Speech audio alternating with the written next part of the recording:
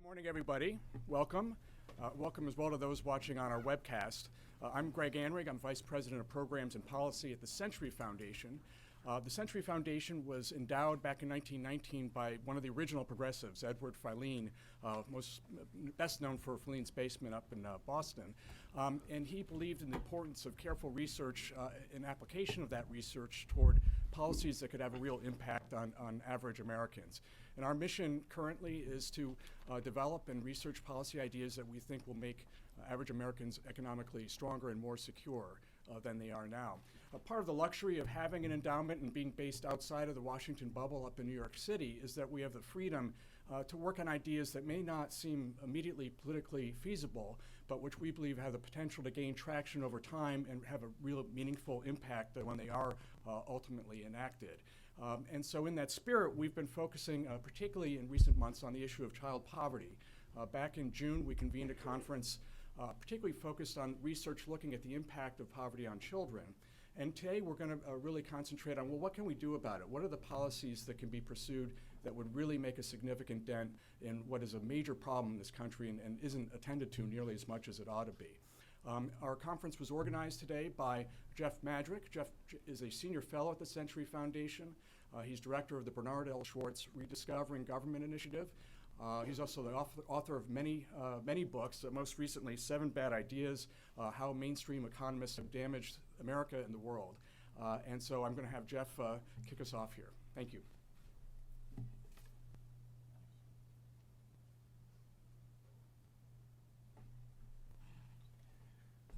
Thank you all for coming. There are no mainstream economists, I don't think, on the panel, are there? Oh.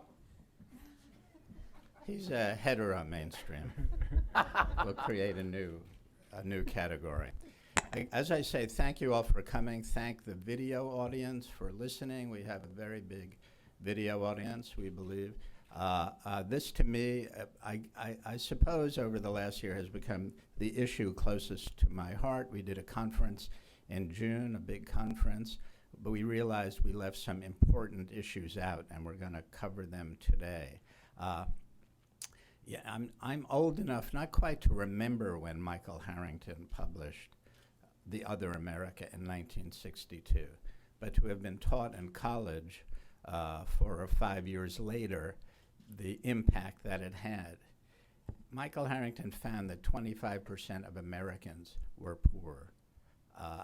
People were shocked by this finding. In fact, there was an enormous amount of denial. It helped lead, in any case, to the War on Poverty of Lyndon Johnson, one of the threshold books of our time. There aren't too many of them, by the way. I can list them, but I'll leave that for later. Child poverty is 20% of children 18 and under are poor in America. 23% of those under 6 are poor in America. Figures comparable to what were found by Michael Harrington and The Other America, and yet no one seems shocked by these numbers. It has not created a big wave in America of anger, protest, and demands for solutions. Why is that? I'm not sure we'll find the answer to why that is, but we know a heck of a lot about how damaged poor children are. We know a lot about the environment. We know a lot about the outcomes. They often are high school dropouts. The women are often become pregnant in their teen years. They have a higher amount of learning disabilities. Their health issues, such health issues as asthma, they have a higher incidence of such health issues. And in the last 15 years or so, a neurological body of study has found shocking results that these young kids, beginning at 0 and maybe beginning at -9 months, develop neurological deficiencies. The findings are startling to me, and that's partly what motivated me to start doing these kinds of programs. They begin way behind. Some of this research was done by the people sitting before you. They are intelligent. I would say they're admirable. They work in areas that don't necessarily get them to talk to presidents and world leaders that often. I think in some ways, and I'll embarrass them now, they're the heroes of the social science community. Child poverty is not a glamorous issue. Our intention is to make it a glamorous issue to work on and to get down. Just a couple of numbers that always startle me. I just mentioned 23% poverty rates for kids 0 to 5. Poverty rates in general in places like Detroit, 57% of kids 18 and under are in poverty. Cleveland, 54%. Buffalo, 47%. Newark, 44%. Miami, 44%. A town I like, by the way. I like the beach. I never see the poverty, really. Go down the list. It's a stunning number, concentrated in those cities.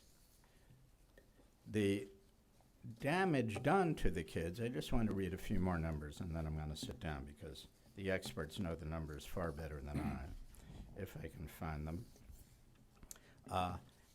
How likely they are to be, I might not be able to find them, in fact. Where the heck are they? There they are, right in front of my eyes. With the conditions they live in, the conditions that create the damage are, compared to middle-class kids, are remarkable. According to some findings, they are 3.5 times more likely to be exposed to lead poisoning. 3.1 times they are born to an unmarried teenager, 3.1 times more likely than higher income kids. Grade repetition, how often they repeat, 2 times more likely. Low birth weight, 1.7 times more likely. Infant mortality, 1.7 times. Learning disabilities, 1.4 times. The neurological findings are that when these kids are subject to stress like this, they begin to have neurological changes that damage them through their life. Now, how can a country sit by and let this happen? How can we sit by and let this happen to innocent children who don't have a choice, who can't work their way up by their bootstraps, the great American mythology, to become non-poor children? It's not their fault. They suffer, and the American economy suffers because they don't become productive workers, and they are recipients of our welfare system.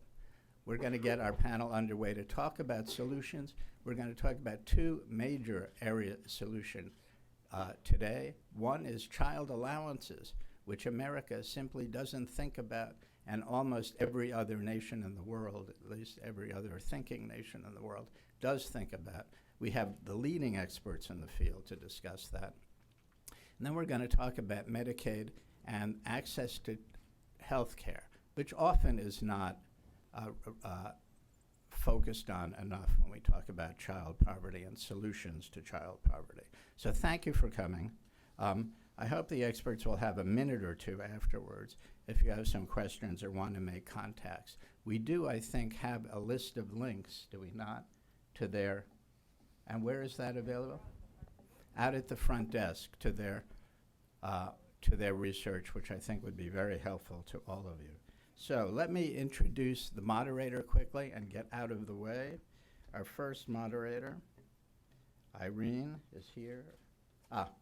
Thank you, Irene. She's the Director of Family Economic Success Unit at the Annie E. Casey Foundation and has been a member of the Foundation's Committee of Managers since 2004. She also serves as chair of the Maryland Adult Learning Advisory Council. Irene, thanks very much for coming, and I'll see you all in about an hour. Thank you. Thank you very much, Jeff. And thank you all for taking time post-snowstorm, although I think folks from Boston would laughably call this not even a snow event. At the Annie Casey Foundation, I'm very pleased to be asked to moderate this terrific panel because we invest in families, communities, and opportunity to build better futures for children. so I'm very pleased to be here today. And I really want to congratulate the Century Foundation for pulling together this panel to really generate some interest on a set of ideas, which I think are timely and relevant. I also appreciate the fact that the panelists represent a global perspective, and I think that's increasingly important, not only because of our tendency in America to focus on ourselves, our own solutions in this era of exceptionalism, but more importantly because of the changing face of children and families in the United States, given changing demographics, increasing racial and ethnic diversity. So I think increasingly global research is important. I'm going to map for you how we're going to use the time together. I'm going to do brief biographies and highlights of why these four panelists were chosen to come together. This is Microphone's not not working. That's all right. Perhaps it's not on. I think that's the issue. So I'm going to briefly introduce the panelists to give folks a sense who aren't familiar with them why they've been asked to participate in this. Each panelist is going to have 8 minutes to share with you what they have looked at and why they think cash allowances, child benefits are important here in the United States to consider by policymakers as well as practitioners. We're then going to, Larry Aber will wrap us up, and then we will have a little bit of a tee-off of a question and answer period, and then invite you all to stand up who have questions and want to engage in the conversation. If you wouldn't mind, because this is being taped, stating your name and the organization you're with, that would be very helpful. So with no further ado, I wanted to let you know who we're in conversation with. Our first panelist to my right is Professor Greg Duncan. He's Distinguished Professor of Education at UC Irvine. Many of you know he's published extensively on issues of income distribution, poverty, and child well-being, including a recent publication co-authored with Richard Murnane on restoring opportunity, very timely. For many years, just as importantly, he ran the U.S. panel study of income dynamics, one of the largest running and influential studies of human development. And I think just as relevant, in 2013, he was awarded the Klaus Jacobs Research Prize in recognition of his research on the long-term consequences of poverty in early childhood, and chose to reinvest those prize award monies in a new interdisciplinary study with leading neuroscientists and developmental psychologists looking at cash payments to low-income mothers of newborns and young children 0 to 3. So you can understand why he was asked to be part of the panel.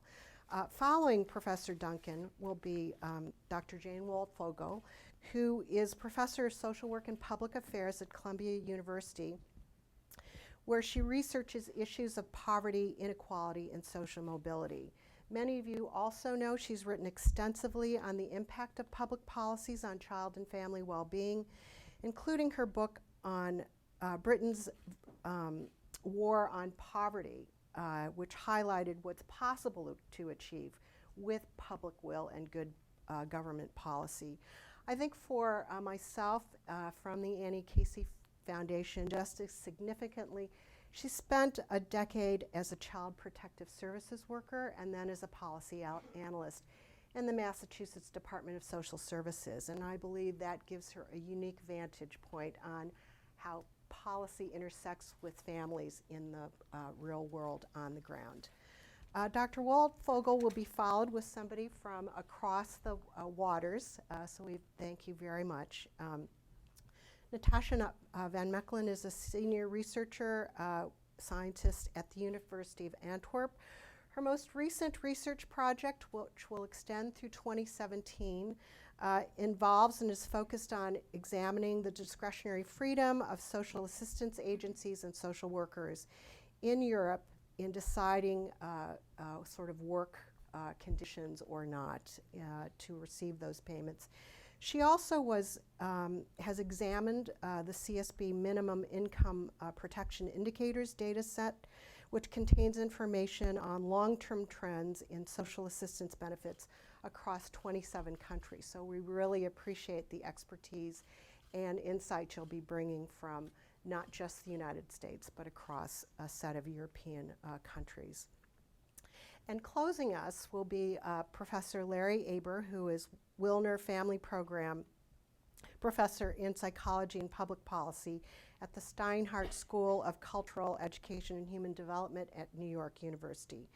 While his core research examines the influence of poverty and violence on the family and community levels, and the social, emotional, behavioral, and cognitive and academic development of children and youth, I think just as importantly, he was asked by Mayor Bloomberg to serve on the Commission for Economic Opportunity, an initiative which was focused on looking at how to reduce poverty and increase economic opportunity through a system of family rewards, an experimental design funded on conditional cash transfers, focused on families in 6 of the highest poverty neighborhoods in New York City. He also has a very recent publication looking at curriculum and the Millennial Development Goals in 2015 and post-2015 to reduce by half the number of children under 5 who fail to reach their developmental potential. So once again, we have a very global as well as US focused conversation, and for that I think folks at the Century Foundation were enormously smart and timely. So with that, I'm going to turn it over to Professor Duncan. Thank you, Irene. Thanks to the Century Foundation for putting this together, and thanks to the Annie Casey Foundation for strong support of this experiment for cash allowances that we're trying to put together for the first 3 years of life. My job, as I understand it, is to provide an overview of the evidence that we have that cash payments to families would benefit children, and then to talk about some of the pathways by which income might be connected to child well-being.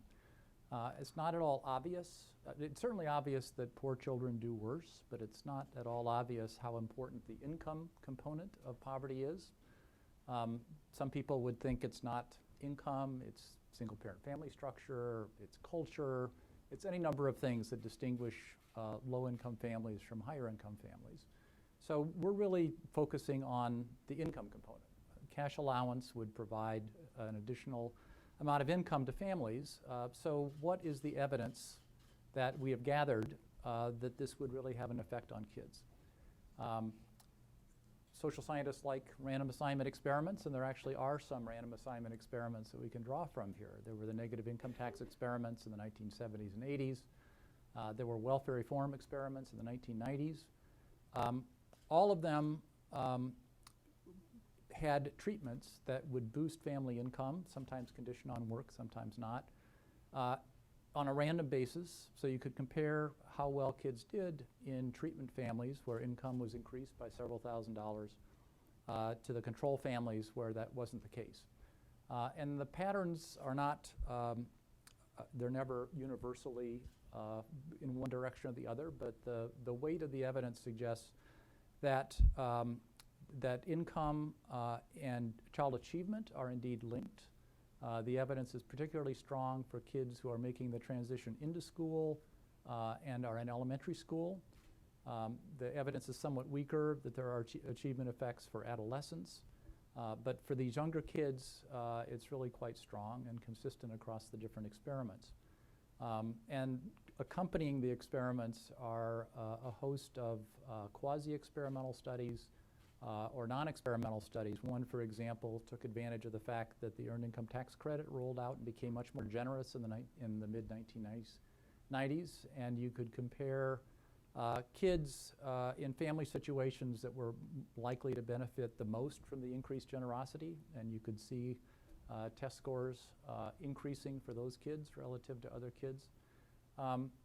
There's almost no experimental evidence on very early childhood. That's why we're trying to mount our own experiment. But the non-experimental evidence is very intriguing in suggesting that early childhood may be the most sensitive period in terms of child development to low-income circumstances.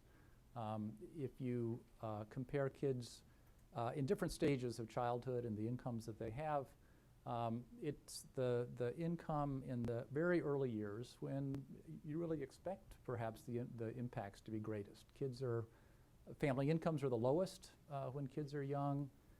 Families are all important. Schools haven't kicked in yet. Neighborhoods haven't kicked in terms of their influence. What you see in these long-term studies are income increases for low-income families in early childhood being linked to a whole host of adult outcomes. Higher earnings, better health. It's really quite intriguing. So the bulk of the evidence does indeed suggest that income in and of itself matters quite significantly for kids' development. What are the pathways by which those are linked? There are really two kinds of pathways that emerge in the literature. One is an investment pathway and the other is a stress pathway. I think the investment pathway is the most obvious. People who have more money are able to spend that money perhaps on behalf of their kids. It's not obvious that if they have more money that they will do that, but the weight of the evidence suggests that they do. One of the developments over the last 40 years in the United States with growing income inequality is how much faster expenditures on children in families have grown for high-income families relative to low-income families. Jane's produced some evidence about this. If you look at the kind of child enrichment expenditures that parents make for child care, for computers, for books, any number for lessons, high-income families, the 18 million kids living in the top 20% of the income distribution have close to $10,000 per child per year spent on their behalf on those kinds of things, which is many times higher than it is for low-income kids. So you certainly aren't with a cash allowance going to bring a low income up into the top of the income distribution, but you could imagine that, let's say the child allowance was $4,000 a year, right? So it's $333 a month, month after month after month after month. That's the cash allowance that we're going to be testing for early childhood in our experiment.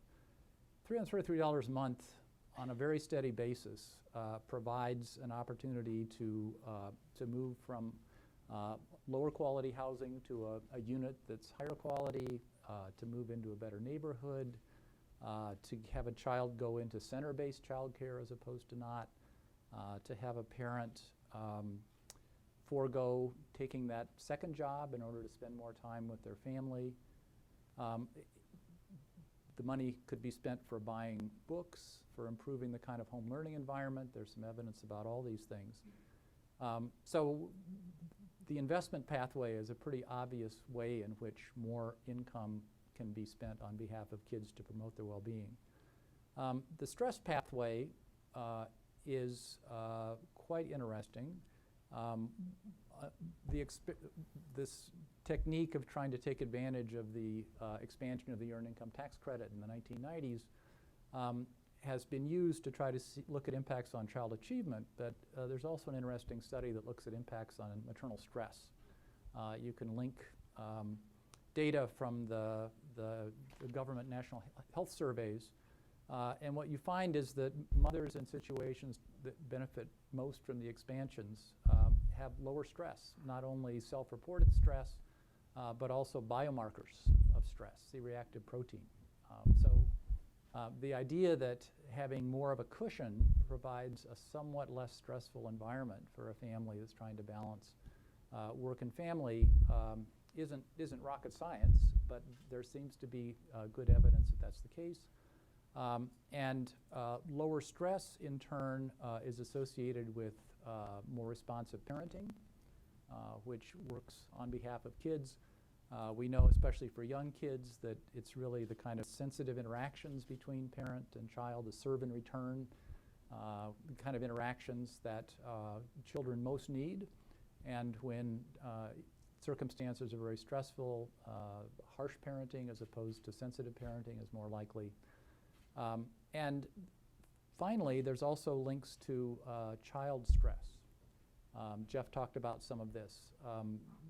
This is neuroscience evidence where quite stressful conditions for kids is associated with slower hippocampal growth, which is the center for learning and memory, slower growth of prefrontal cortex functions, which are important for executive functioning of kids, less well-developed amygdalas, which is important for social emotional development.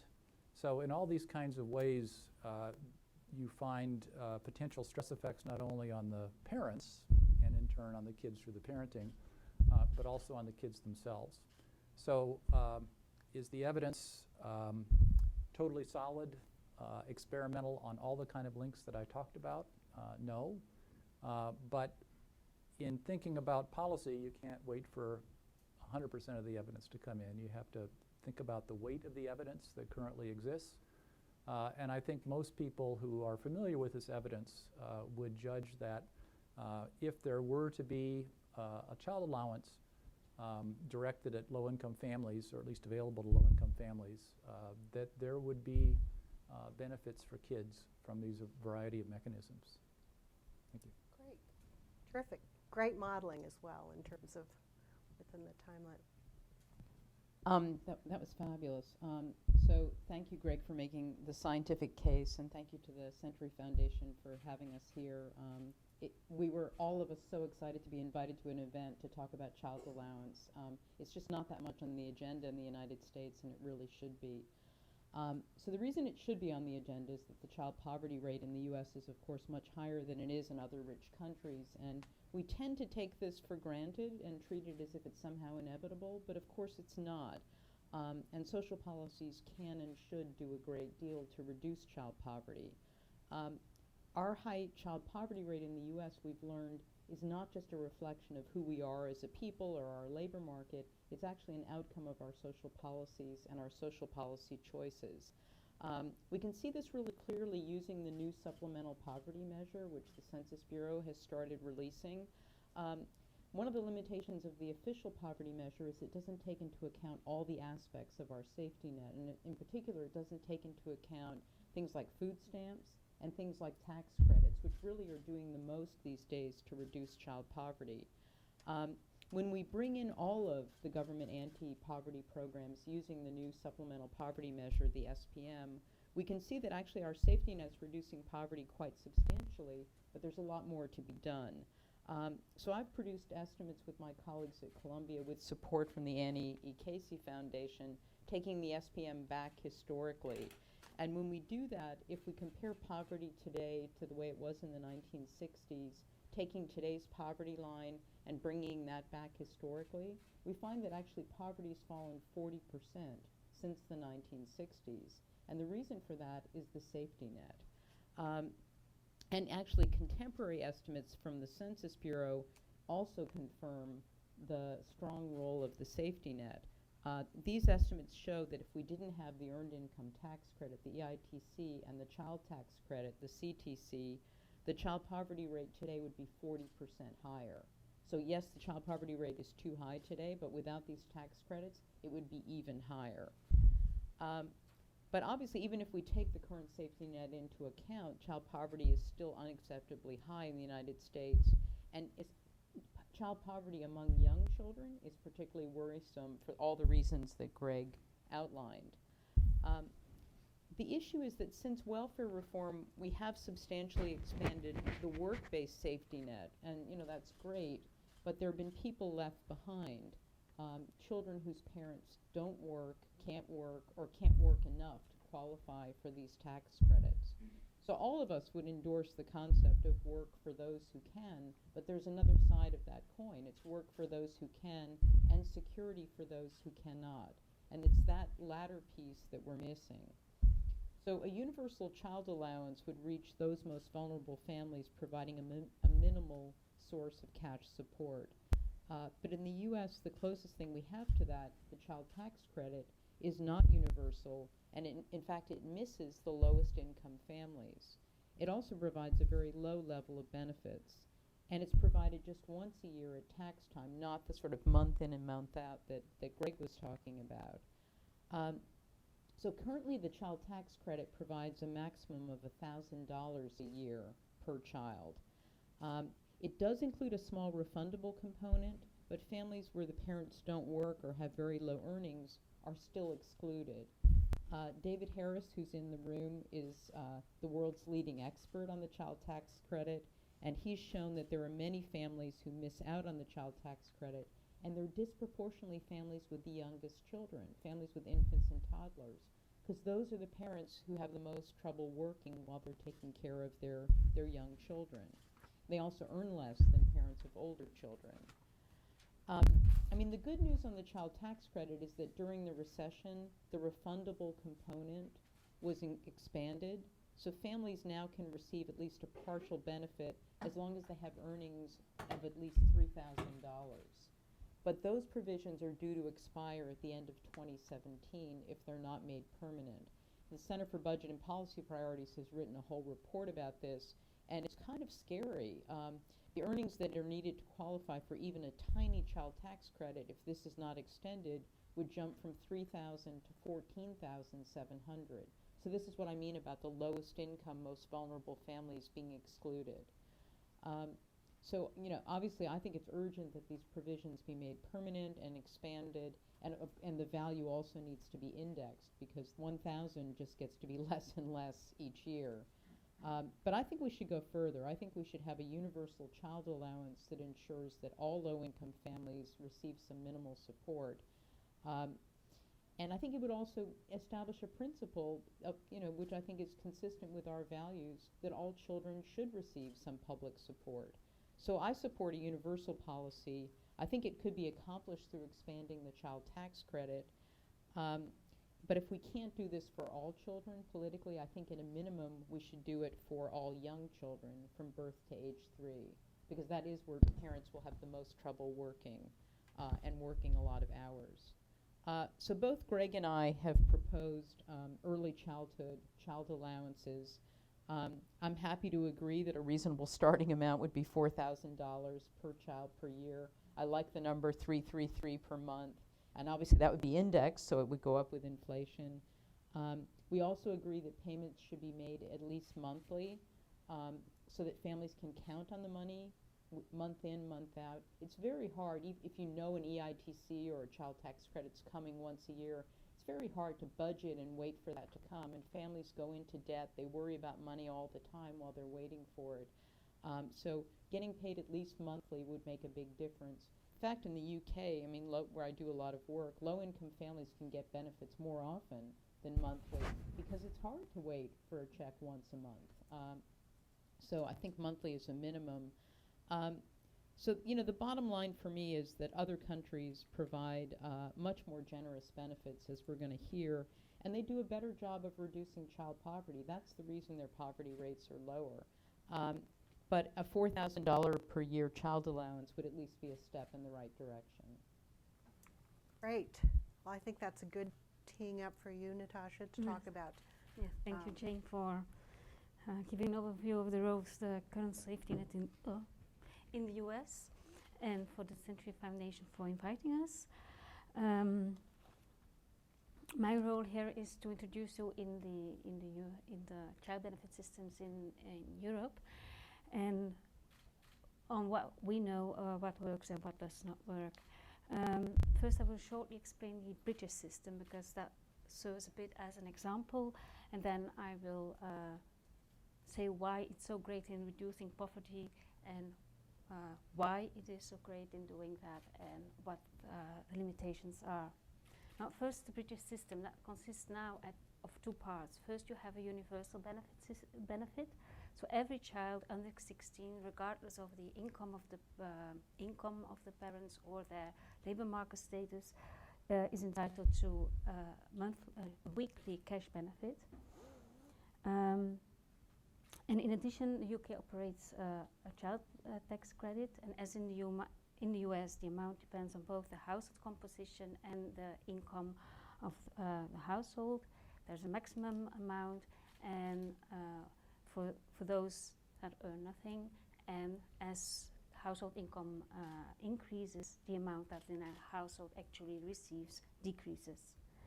So, but it's very different from the US in the sense that you can, once you are entitled to the benefit, you get a monthly payment.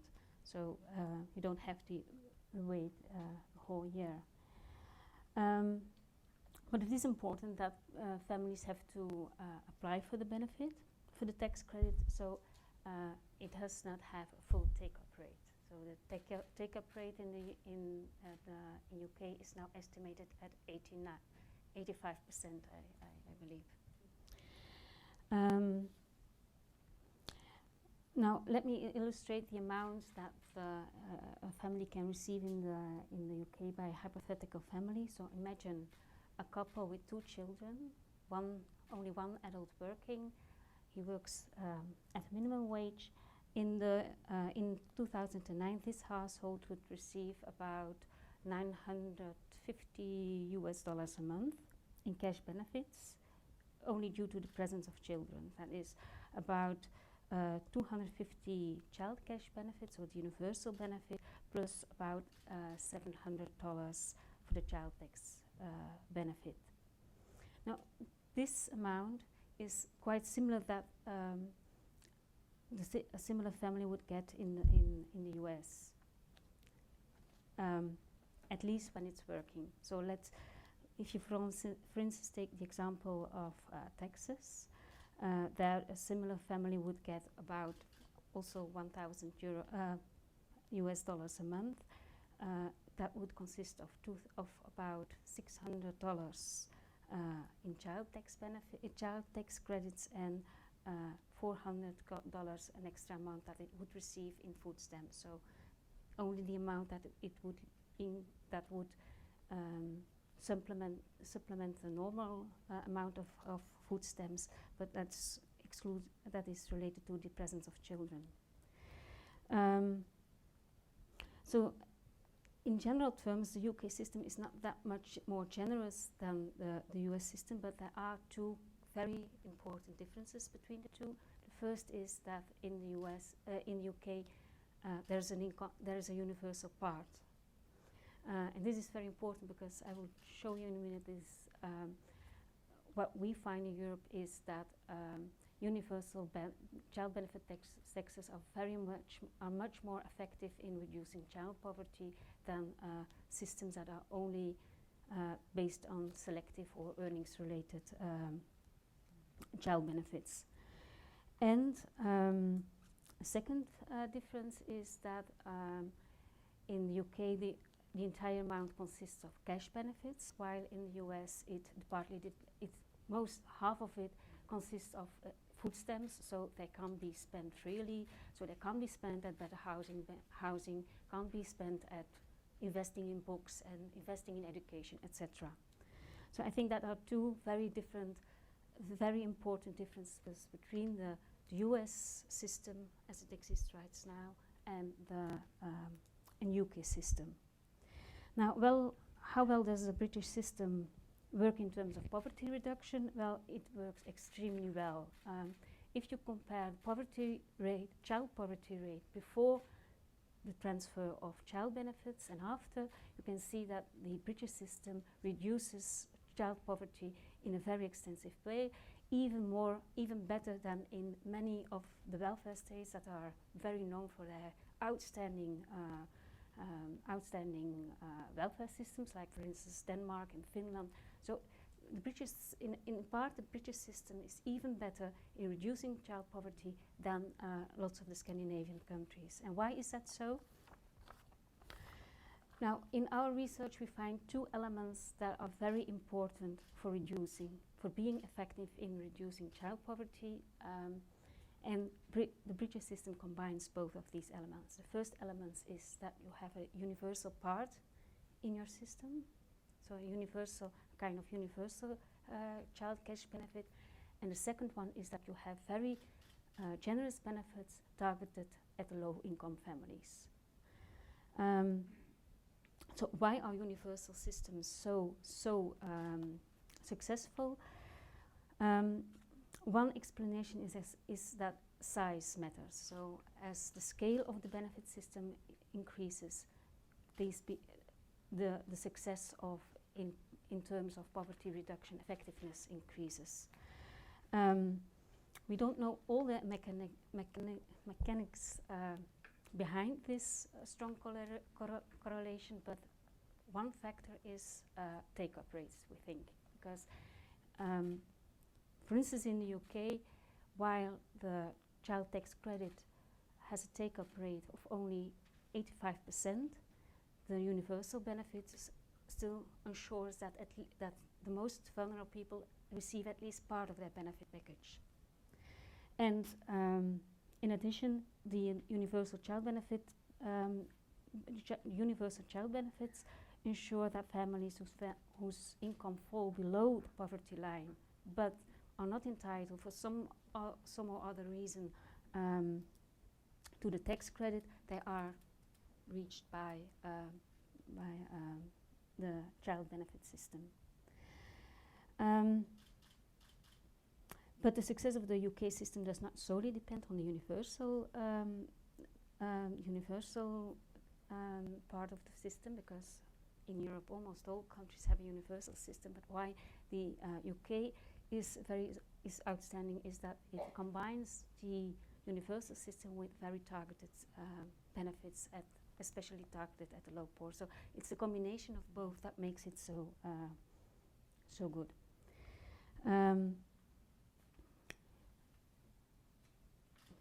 Yes, because that makes it very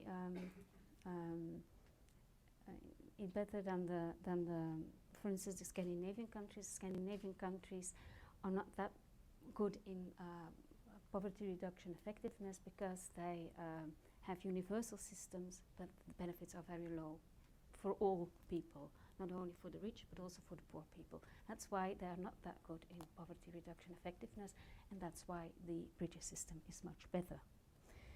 However, even the British system has some limitations. This is clear when we look at the child poverty rate. It is, despite it does succeed in reducing poverty to a large extent, child poverty rates are still average, quite average. It's not, they are not extremely low. The Scandinavian countries, for instance, have much lower child poverty rates. I think that's where the contextual factors come into play. And then I do not only mean the functioning of the labor market, but also the availability of transfer systems and services that are not only targeted at people with children, but that help to support all families, all the poor. And for instance, also the presence of measures that and services that facilitate the combination of work and family. So I think we have to look. The message is that if you want to reduce child poverty, you don't have to. Only have to invest in child allowances and child benefits, but you have to look at the entire redistributional system. So to sum up, what works, I think a very generous benefits targeted at low-income families, but within a system that also provides universal benefits, and within a system that is redistributional in its whole, not only targeted at families with children.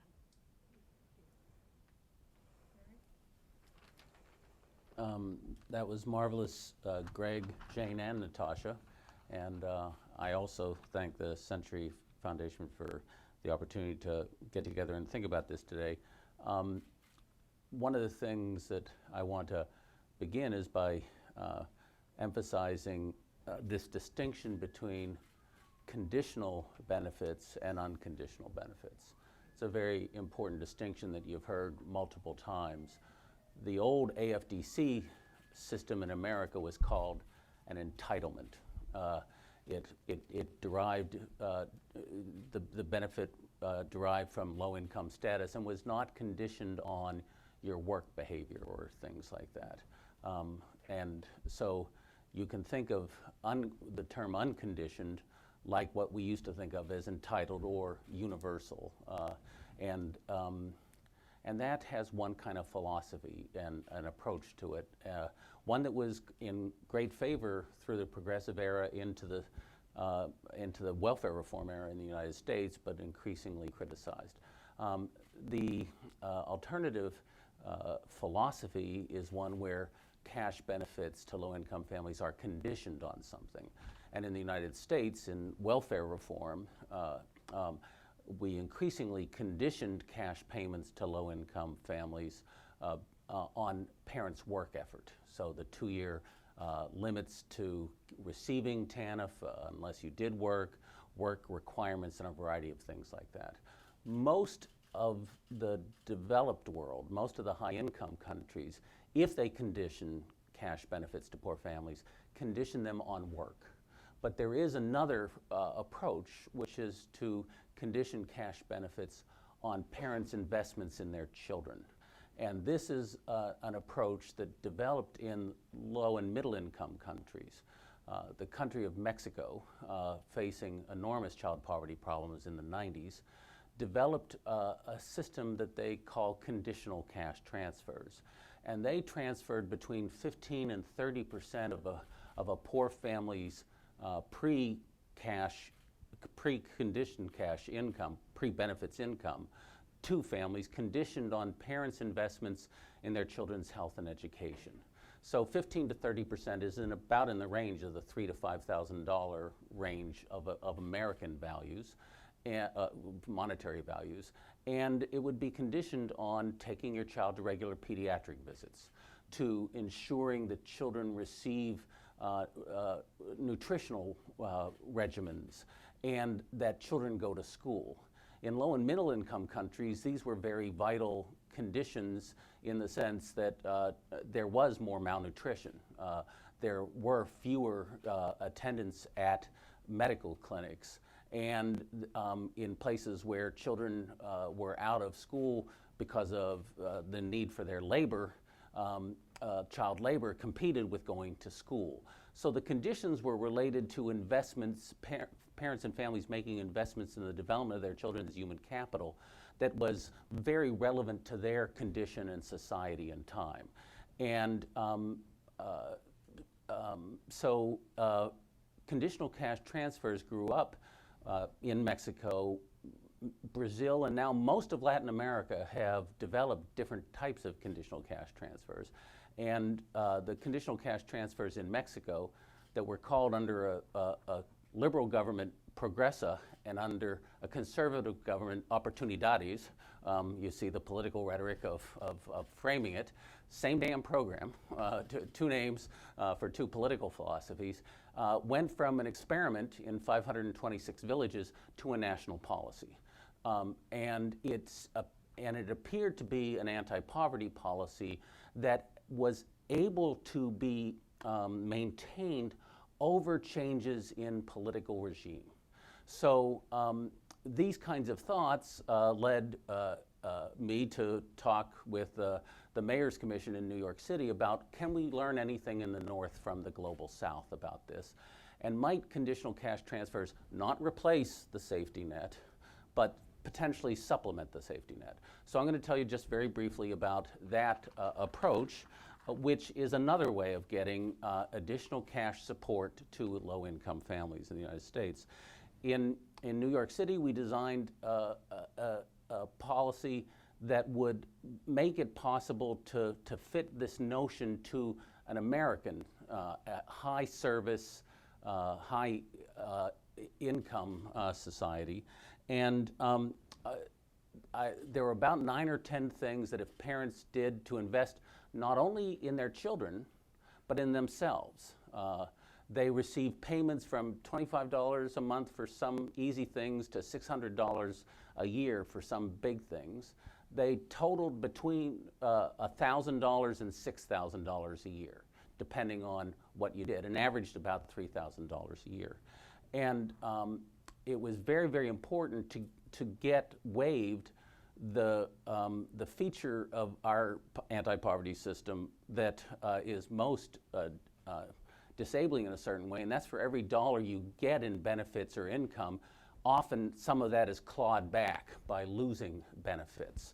And so these were guaranteed to be over and above what families were getting already, and in that way purely a supplement. What effects did it have? Well, it obviously reduced poverty, but not as obviously, it didn't have to decrease food insecurity, but it did. Families were spending more money on food, and food insecurity went down. Because they were delivered through banks with cards, it increased banking among the poor, which made it them much less vulnerable to financial systems that are not regulated and are exploitative in that way. It increased their use of health services. It increased children's attendance in school. It increased many of the things it was designed to do. It did not increase children's academic achievement. So the link that Greg was mentioning between income and achievement was not achieved in the short term in New York, in the New York experiment. And unfortunately, Mayor Bloomberg, that was what he cared about the most. That was the policy goal he wanted most out of the CCT, even though I and several others begged him at the very beginning not to use that as the litmus test about whether CCTs were going to work. With the older children, the emphasis has been on the importance of cash investments in younger children, and I couldn't agree more. But things are possible with older children too. And I just want to mention the impacts on adolescents in the conditional cash transfer experiment. We studied kids who began in 4th, 7th, and 9th grade, so we did not cover the young kids. But with the adolescents, the conditional cash transfers shifted dramatically children's use of time away from social hangout, idle time, to academic time. It did not result in academic benefits except for the kids who were most proficient academically before they started receiving the cash benefits. So relatively more academically proficient kids did increase their schooling and their scores, but the less proficient kids didn't. What it did do quite stunningly is it reduced the substance use of the teenagers, it reduced the aggression of teenagers, and it reduced their exposure to substance-using peers. So it had as big effects on substance use as substance use prevention programs. So there are potentials for spillover effects of cash benefits to other domains that are of high policy relevance. This was CCT's 1.0 in New York City. The first time you do something, it's not going to work perfectly. There were too many conditions, the payments were too small, and the payments didn't come soon enough after you actually fulfilled the condition. So there's now CCT 2.0 going on in New York and in Memphis, and all those things are being changed. The final thing I'll mention is that what you've heard about now is 4 or 5 different examples of how cash allowances can make a difference. They're designed somewhat differently, but the role of rigorous evaluation research in learning what works and what doesn't is another big story of the last 20, 30, 40 years. We're guessing less and discovering more about that. I'm very optimistic about the technical capacity to make these changes. But I think we collectively probably are bullish on designing effective policies if only we had the political will to do it. And I think the biggest constraints right now are issues of political will. Terrific. Well, thank you very much. I think we've quickly gotten a sense of what's possible and what is preventing perhaps this next step of call to action. I remember a staff director of a state legislative body in the South telling me that they live in a solution-rich environment, that everyone who walks through that legislator's door or the committee's door always says they have the solution, and therefore they have a very tough time deciding what to invest in. So I think kicking this off in some ways, what's the opportunity moment? I think there's one certainly on the federal level because there will be a presidential election. So I want to say, I think everyone agrees, what's the public and political will to move this idea and set of ideas forward here in the United States. So I'm just going to throw out a teaser to the panelists and say, as a result of this terrific panel discussion, some policy folks of potential presidential candidates have perked up and said, we'd like to hear something more, and you all are asked to come in and give some advice. So that's one. And at the same time, there continues to be quite a bit of growth and turnover at the state level, and interest in innovation not only from governors, but frankly from city mayors and municipal leaders. So if that was a target for us in terms of cultivating, building awareness and influence, that we at least got them aware of this and interested, what would each of you suggest would be something that they could, is actionable, that they could think about, that they could do? So I'm gonna, and any one of you can just raise your hand and say, here's what you would suggest to them. One of the things that we've talked about since last night is the idea of committing to a lower child poverty rate. And that happened in Bill Bradley's campaign, right, in 2000, and I don't think it's happened since.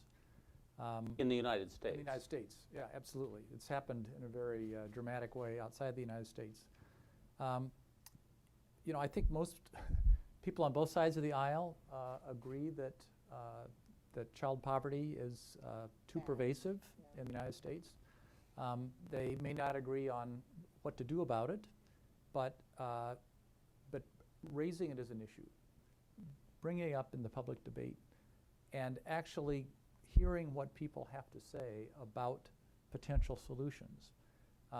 That kind of potential solution seeking, I think, would help to put child allowances front and center on the table, especially given Natasha's evidence about how effective they are in the UK for reducing child poverty. So I'm seeing a lot of head nodding, which from panelists that indicates that makes sense.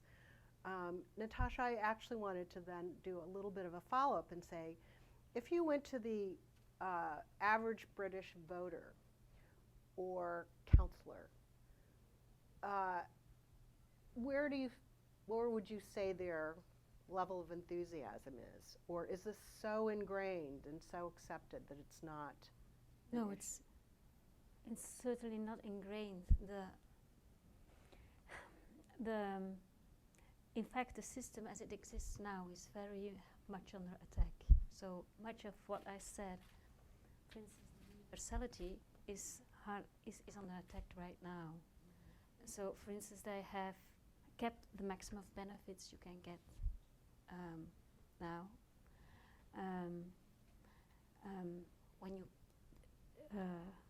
When you count up, if you all the benefits a family can get, they put a cap on it, which did not exist before. So due to the recession, there's a lots of you might have expected the other way around, that the recession might have increased the interest in child poverty, but I think it did not. It is worth saying that, I mean, currently there's a conservative, liberal, Democrat coalition government and a conservative chancellor, Secretary of the Treasury. So this is an austerity budget, and so there were measures taken, and they made some political choices about where to cut welfare spending and social assistance spending in line with that. But I give them some credit, because rather than cutting everything across the board, they took massive cuts in the military. They decommissioned aircraft carriers. I mean, they made some political choices, and they protected the lowest income families. So it was actually really interesting to watch. And you were describing this child tax credit, which is the piece that is targeted to poor families. So at the same time that they were cutting back general welfare payments, unemployment assistance, the kind of unpopular things, they were raising the child tax credit, which is the piece that they know goes to poor families with children, because they wanted to be really careful that their child poverty rate didn't go up under their watch. So Cameron, the night he took office, standing in front of Downing Street, said, I'm going to protect the needy. I mean, it could have been Tony Blair or, Gordon Brown. Protect the most needy, security for those who cannot work. This stuff is deeply enshrined politically, and they were really careful. And thus far, the child poverty rate has not gone up, in spite of all of these cuts. And what'll happen in the future, I don't know, because for other political reasons, they've now overhauled the entire welfare system, and all of this detail we've been talking about has been done away with, and they now have something called, universal credit, which instead of getting a bunch of different benefits, you now get one benefit, and it's not transparent at all what you're getting, and this enables them to cap the total benefits you're getting. Because if you were living in an expensive area like London, you could get a lot of housing benefit. Let's just say you got a very high housing subsidy, and it was, a lot of money. So they've now capped that under universal credit, and in that it's going to be harder for them to give additional money to the poorest families with children, and so child poverty is probably going to go up in the next year or two. But there's going to be an election in May, so we don't really know what's going to happen. But I think if you ask the average citizen, this child benefit, the universal component, is enshrined. I mean, every family expects it. It's sort of like our Social Security. The idea that you give Social Security to every older person, that they're a vulnerable group. Jeff was saying these are innocent kids. They can't work their way out of poverty. This is the way that they feel about child benefit. And the middle class and the upper class families all, they receive it too. They want to receive it. And there's a very strong norm that you spend it on your children. So I did some work when they expanded the child benefits and they expanded the child tax credit to look at how families actually spent the money. Because as Greg was saying, we hope families will spend it on enrichment items, but they could go out and buy, our stereotype here is that they would buy alcohol and tobacco or drugs. So we looked at this, and the families that got the increases in benefits spent it on books and toys, fresh fruit and vegetables, children's clothing and footwear, and their spending on alcohol and tobacco went down. And I can tell you that every minister in that government could cite those statistics because they were so relieved. Well, and we actually tracked similar things with the conditional cash transfer experiment in New York City, and we found that parents increased their savings for their children's education and increased their expenditures on productive expenditures for their children, like books, like food. And so you mentioned the term stereotypes. I think there are kind of conventional wisdom that rationality has to pierce through to some extent, or the facts have to pierce through in all this. I wanted to mention two other things in relationship to the good question that we were asked. And what you've heard so far, I think, from my colleagues is that there are different policies that are complex that need to be fit to certain kind of situations, and that context matters, what the state of the general economy is, what the other public policies are like, et cetera, et cetera. So it's not rocket science, but it's also not accounting 101. There is a level of needing to work these details through. But that shouldn't obscure the fact that there are probably 2, 3, 5 ways of actually lowering the child poverty rate in America. And we spend a fair amount of time arguing about this way versus that way. Some people want to get into fights about should benefits be conditioned or unconditioned. I don't want to get into that fight. I'll take them unconditioned if America can serve them up, and I'll take them very softly conditioned in the way that New York did if that creates a majoritarian perspective that people can join on. So I think that's why I love the idea of setting a target of cutting child poverty and then holding ourselves as a nation accountable to evaluating, has this policy helped advance that? Has that policy helped advance that? Has that policy helped, not helped and sent us backwards? And if we can take in that sense, a business-like approach. If reducing child poverty is our bottom line, what kind of business plan do we create as a nation to get to that bottom line? All right, so I'm going to turn it over to Greg, and then I want to invite folks from the audience to have a chance, because I know we have a hard stop for the second fabulous panel. I just wanted to add one comment onto this discussion. If we wanted to ease into this commitment, you could concentrate on very young children. We had talked about this. We agree. I think the 0 to 3 period is a very exciting one in terms of research, in terms of interest. If you look at child poverty rates by age of child, the child poverty rates are much higher for young children. Rates of deep poverty, having income below half the poverty line, are much higher for families with young kids. It's a time when all this exciting brain development is taking place. I think people really understand that now. And it's a time when the nation is relatively spending less because the children aren't yet in universal schooling. And so it's a time when we underinvest in our kids. And it's a time when it's harder to say, well, their parents should just work more. I mean, they should just be out there working more, which is what we say about the older kids. Right. Well, terrific. Thank you very much. So I wanted to take 5 or 10 minutes to see if there are questions that you all have and ask. I believe if you just stand up, say your name, we have very technologically 21st century miking throughout the room. Oh no, or we do, sorry. You do. 19th century. So I think, yeah, let's start here and then there's somebody in the back. Oh. I wondered if you had thoughts kind of about the stigma surrounding cash assistance. If you look at programs like TANF, there's kind of not a more stigmatized program out there, and now there are new attacks on SSI and SSDI. And so how do you sell these ideas without it turning into another stigmatized program, or how do you get people to support them? Great. And Policymakers. Well, one approach is to think of the universal approach, right?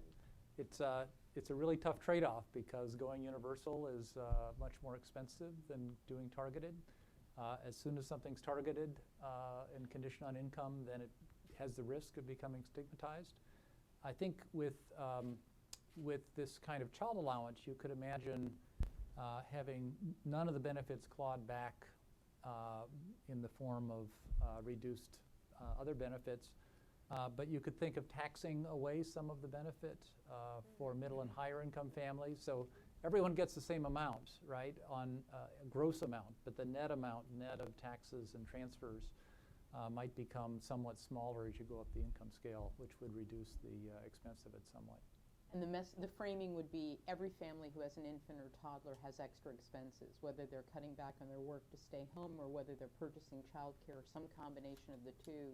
And the most transparent, easiest, least cumbersome way to do that is put the money in the hands of the parents and let them pick what works best for them, depending on their particular child, their circumstances.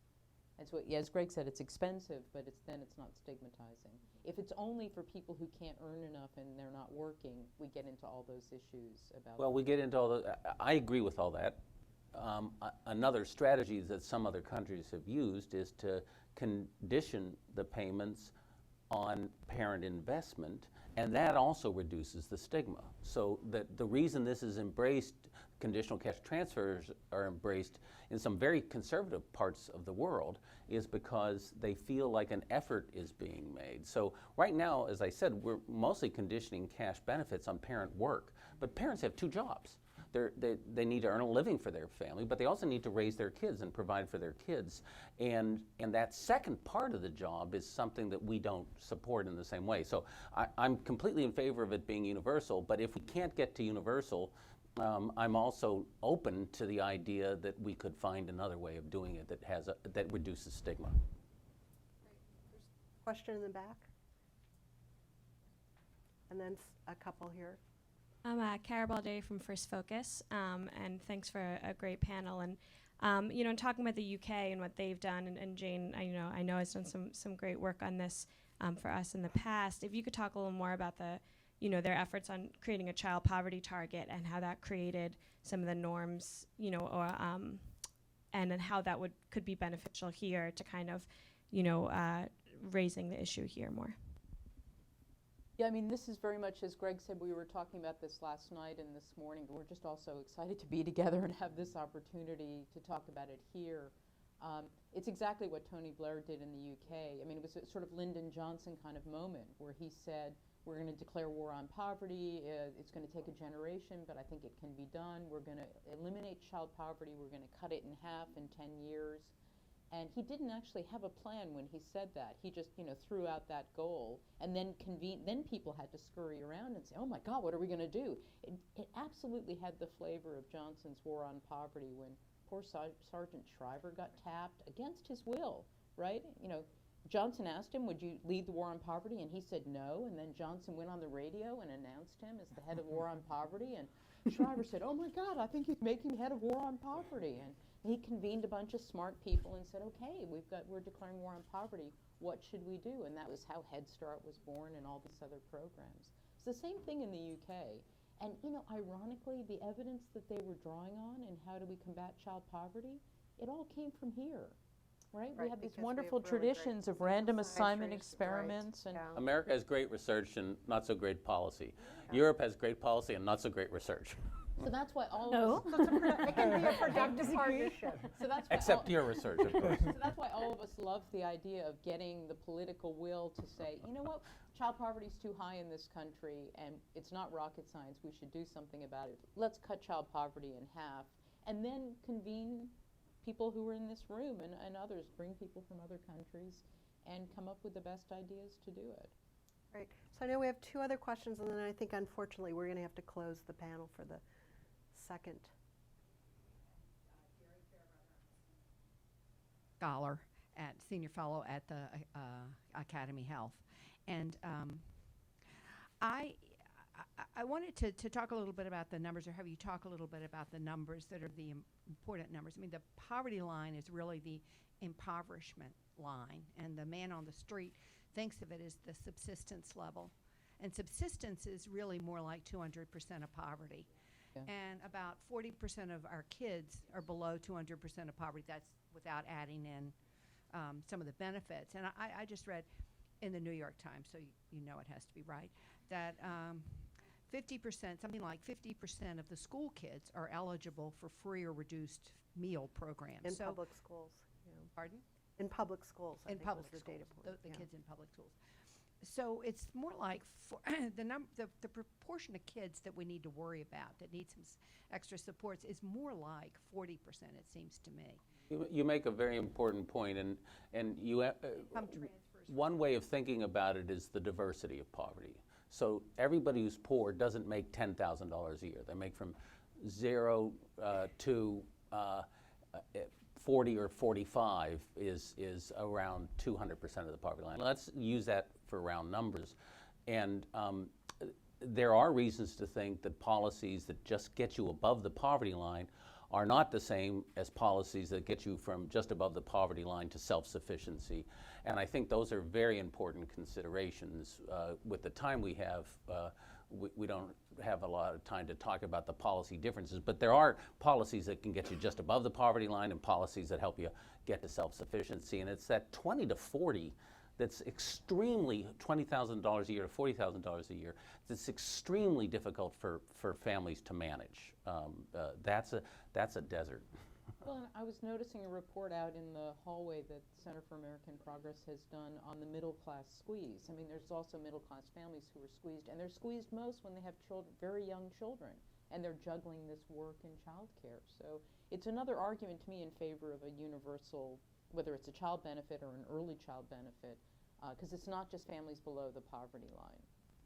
And I'm also really persuaded by the evidence that Natasha was talking about anti-poverty effectiveness and how much more effective the universal policies are. I mean, all of us were sort of writing Yes. furiously as you were saying this. Yes, because of austerity times, we are having many cutbacks in many countries in Europe, but the universal part is never really discussed. We are trying to make it more targeted because of the evidence that more targeted systems are right, but we are not.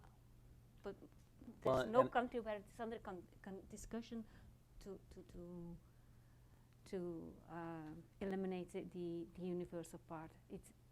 We're quite. It's the combination of universal and Yes. targeted generous. Yes. And that's actually could be the kind of combining a child allowance with a targeted conditional allowance. You could imagine taking the wisdom of Europe and trying to think how to make that happen in the United States. So I think we have time for one more question, and then I'm going to invite the audience to acknowledge the work of our panel this morning. Morning. My name is Judy Berman. I'm with DC Appleseed. And the question I have goes back to the comment about Mayor Bloomberg and focusing on educational achievement. And the question is really about how do you generate the interest in reducing poverty as a whole in the context, in a political context where it seems like everybody's looking at a particular outcome. And I would just point to, in DC, a freshman council member just introduced this Books for All, a book a month for every child 0 to 5, which, not a bad idea, but it's great if you're focused only on literacy or educational outcomes. But this idea that, we should be reducing poverty overall or targeting, making policy to reduce poverty overall doesn't seem to have the same hook. It's a great question, and Mayor Bloomberg, while he wanted to evaluate the CCTs against education achievement outcomes, he also was a champion in changing health. I do think that in America there's a more holistic view of education that's emerging, that is not simply literacy and numeracy, but includes social emotional learning and physical health. And I think we need a set of, a limited but strong set of child well-being indicators that we evaluate public policy against. And that was part of the point I was making about, even though it didn't improve educational outcomes for the teenagers, it reduced their substance use rates, which is also a big social concern. So we need, in that sense, multiple bottom lines of child well-being to evaluate these against, in my opinion. Terrific. Well, I think that is a wonderful way to close, which is to be continued. And once again, want to thank and acknowledge the foresight of the folks at the Century Foundation to say the time is ripe for us to lift up the set of ideas and see, can we get it on the agenda of a very good new set of policymakers at the federal and state level. So thank you very much. So let us thank the panel.